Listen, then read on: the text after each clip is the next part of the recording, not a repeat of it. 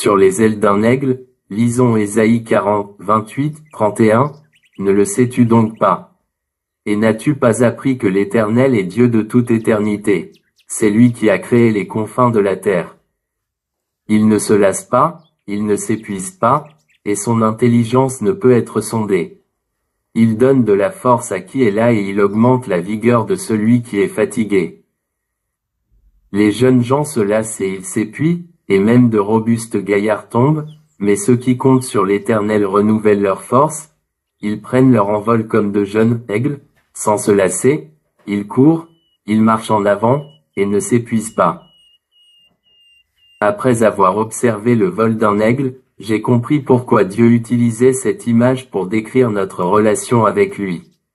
L'aigle n'a qu'à ouvrir les ailes pour prendre son envol, puis dépend entièrement des courants aériens pour demeurer en vol.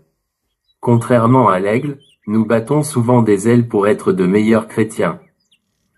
Nous prenons les résolutions de lire davantage la parole ou d'améliorer notre caractère, d'abandonner de vieilles habitudes et d'échapper aux tentations. Toutefois, nous demeurons dans les vallées au lieu de voler vers les montagnes, parce que nous ignorons ce qu'est la maturité chrétienne. En effet, une personne pieuse ne tente pas sans cesse de faire mieux. Je suis croyant depuis assez longtemps pour savoir que je suis incapable de vivre la vie chrétienne. Ma chair n'est pas meilleure aujourd'hui que le jour de ma conversion. Être mûr sur le plan spirituel signifie reconnaître notre incapacité à nous transformer nous-mêmes. La chair est corrompue et il est humainement impossible de la supprimer. Cependant, notre Père Céleste domine nos impulsions humaines par son Saint-Esprit. Par exemple, l'Esprit de Dieu qui nous habite calme notre colère et, par sa force, atténue l'attrait des tentations.